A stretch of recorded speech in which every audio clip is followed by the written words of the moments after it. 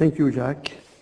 So, renal artery stenosis, most of the time, is an atheromatous disease, and in India we can find also arthritis, some fibromuscular dysplasia. Renal angioplasty stenting is the first treatment to be proposed, but you know that stenting is better than PTA alone in terms of technical success for stenosis rate. But the value of stenting is in trouble because there is a major mismatch between angiographic result and clinical result. And you know that there are recently published two studies, Astral and STAR study, and the conclusion of this study is stenting is not superior to medical therapy for blood pressure, creatinine level, major events, mortality. So why to do stenting if medical therapy is better? In fact, these two studies have a lot of limitation, and the biggest flaw. There are questionable studies with poor technique, poor results, inexperienced interventionists, numerous complications, numerous limitations, no protection device. So don't take account into this study. I think it's not good study, it's very bad study, even if these studies are published in a journal like New England Journal. So there are indications for renal stenting. Stenting keeps indication. Why to do renal angioplasty stenting? Because you can improve blood pressure, renal function, cardiac heart failure, reduce left ventricular hypertrophy, improve patient survival. And you have now indication in patients with significant stenosis with progressive acute deterioration of renal function and or severe uncontrolled hypertension, cardiac disturbance syndrome, renal failure decline, renal function decline with the use of adjunct blocking the renin-angiotensin system, unilateral atherosclerosis, severe bilateral stenosis, dialysis-dependent renal failure. But you need to obtain good result, you need good indication, good technique, experienced operator. Good indication, that means you must have before the procedure good imaging, ultrasonography, CT angio, MRI, and angiography before or just during the procedure. Sometimes you hesitate if the lesion is significant or not, so you have to take the pressure gradient during the procedure. Maybe also you can use fractional flow reserve, IVUS, also important. You need good technique, experienced operator. Good technique, PTA alone, maybe, but only in femoral muscular dysplasia, arthritis, we have very few indications. Like here, you see fibromuscular dysplasia, only PTA, it's enough, don't stent this kind of lesion. But the majority of renal stenosis are atheromatous disease, and you have to stent this kind of lesion. The coronary, this renal artery stenting is a coronary technique with monorail system, 14 or 18 guide wire. You can do a direct stenting in the majority of the cases, and we predilate only maybe 10% of the cases with coronary balloon, only very tight stenosis, calcified stenosis, very fibrous lesion, arteritis. What are the approaches? Femoral approach is the most often used, and you can do 95%, if not 99% of the cases by femoral approach.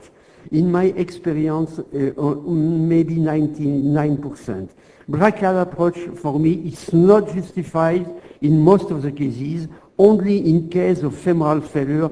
It's more complicated, and always you have a risk of cerebral complication. How you can justify a cerebral complication by humeral or radial approach if you can use femoral approach? So for me, it's not justifiable. Femoral approach, you have a selective catheterization of the renal artery with guiding catheter or a long sheet, and you use the coronary technique with coronary monorail balloon and stents on monorail system also. And you have to use also the guiding catheter RDC, MP, most of the time. You see the technique, you place your guiding catheter at the ostium, and after that you place your guide wire. You can predilate if you want, but most of the time you do a primary stenting. That means directly you stent and you dilate your stent. Another example, I want to go fast. Femoral approach also with the coaxial technique. It's very important to know this technique. Even in very angulated artery like that, you can do the technique by femoral approach. You place a Simon's type 1 or 2 in a guiding catheter. You place your Simon's into the renal artery and you advance your guiding over Simon's and wire. It's easy to do that. An example, you see a very angulated artery, and I did this renal angioplasty stenting by femoral approach. Brachial radial approach, I told you, in some very specific cases, like if you have total occlusion of iliac artery, it's impossible to do by a femoral approach, so use brachial or radial approach. In this kind of patient with very, very tortuous iliac artery, maybe brachial approach is better. So, primary direct stenting most of the time. For never overdilate a renal artery, you have a risk of rupture. For the length, you cover the anterior length of the lesion. Use Premontin stent, monorized system, predilatation with the coronary balloon, as I told you. You can post-dilate the ostium with the larger balloon, but stop the inflation if the patient has back pain. That means you dissect the artery and you have a risk of rupture, so pay attention. Very important also to ensure that the lesion expands sufficiently before stent implantation, otherwise it's impossible to expand the stent fully. Never do a direct stenting in that case with fibrous lesion, arteritis, predilate. You see, a lesion not predilated, impossible to dilate the stent remains constricted. So, choice of the stent, balloon expandable stent most of the time, cover stent for restenosis, drug-eluting stent for restenosis, small vessel. And I want to, for the indication for drug-eluting stent, only small artery, maybe single kidney, bilateral renal artery stenosis, limited indication for instant stenosis. How to place the stent? The stent must produce into the aorta by 1-2 millimeter, and you can enlarge the ostium with a larger balloon.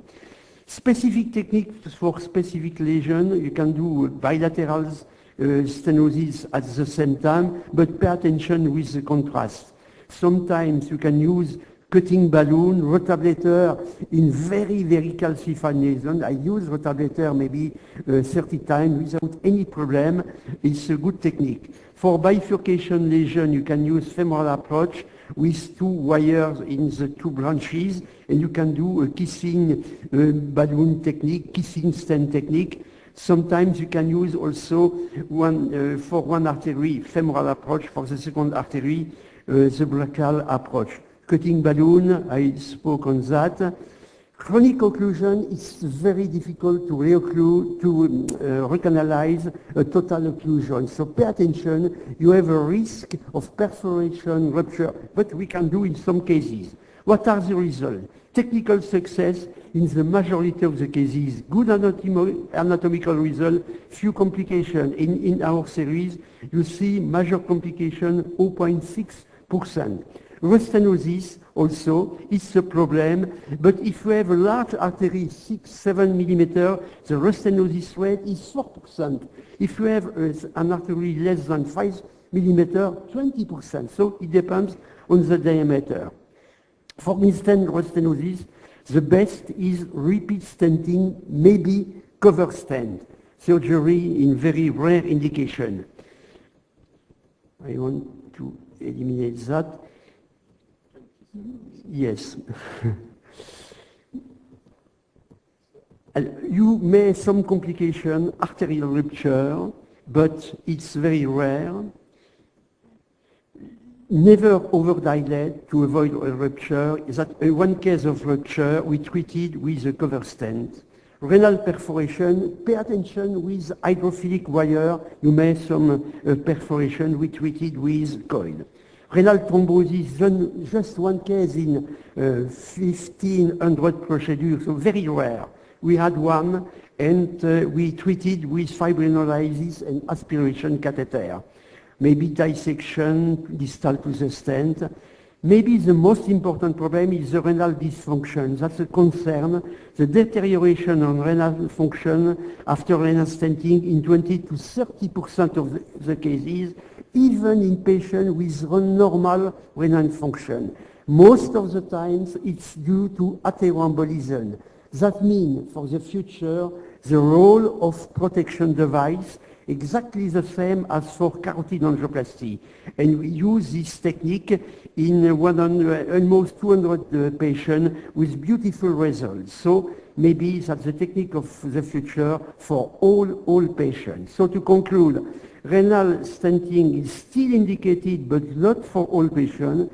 We can improve blood pressure, renal function in some patients, but we need good specific indication, good patient lesion selection, good technique, very experienced operator.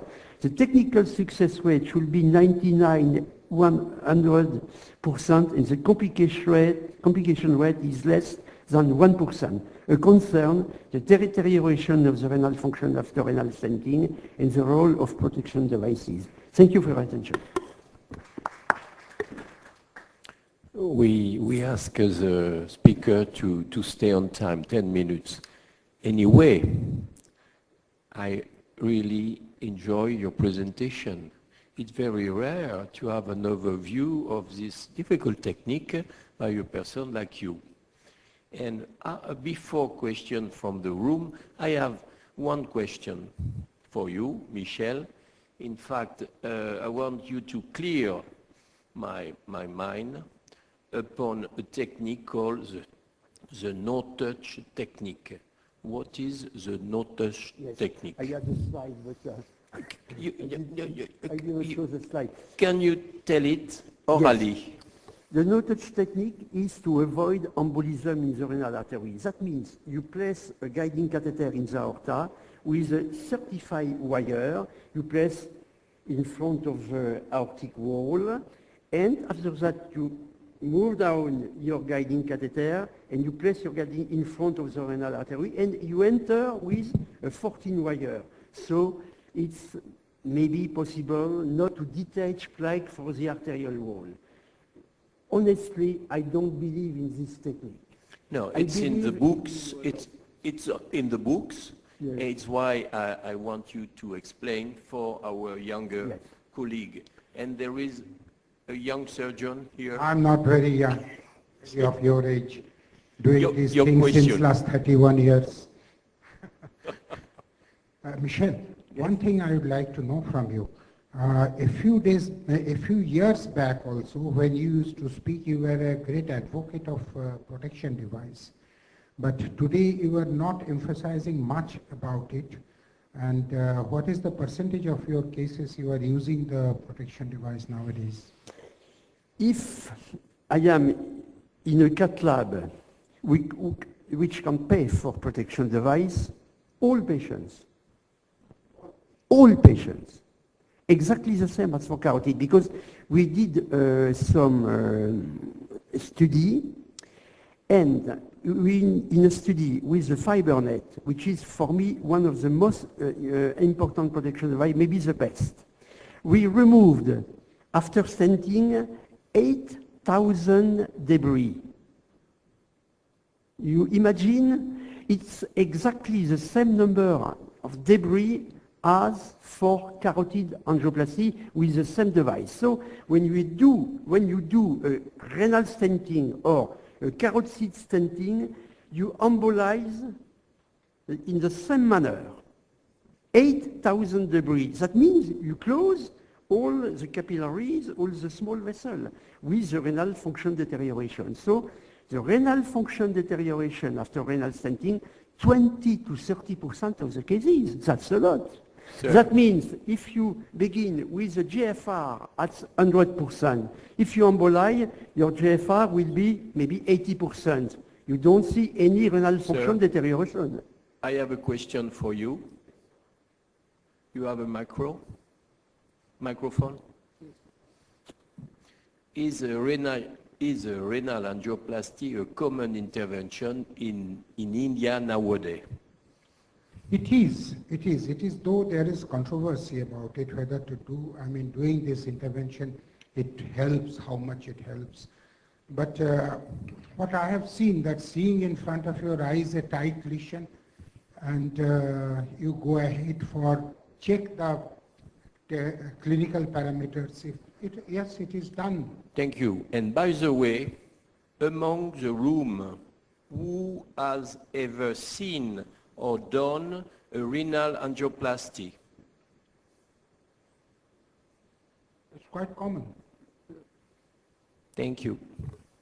Dr. Irmat, after Astral and STAR study, do you We have to go. reduce your renal angioplasty rate? After Astral and STAR study, did you reduce your number of renal angioplasty? I think so. Yes? In India, we did a research study just to pick up the incidence of renal artery stenosis. So it was, by the way, when you come out after the angiogram, and we found the incidence to be sizable. Initially, the Indian literature was reporting data around 1% to 2%, but after our study, it was around 9%. And I think whom to do is again a big issue, big debatable. But I had a question for Michelle. The total occlusions of renal arteries, when do you address? For renal 30 seconds, please, because we have to go on. 30 seconds. The indications are, I think, rare because you need a kidney which is at least 7-8 centimeters in length, and you have to prove that there is an indication, maybe which test, difficult to know. But if you have a renal function deterioration, you can try. But it's dangerous, sometimes dangerous. So It's not for beginners. Size is the only criteria. The kidney size is Kidney size and creatinine level also. If you are severe renal insufficiency, I don't think you have to treat. Thank you, sir.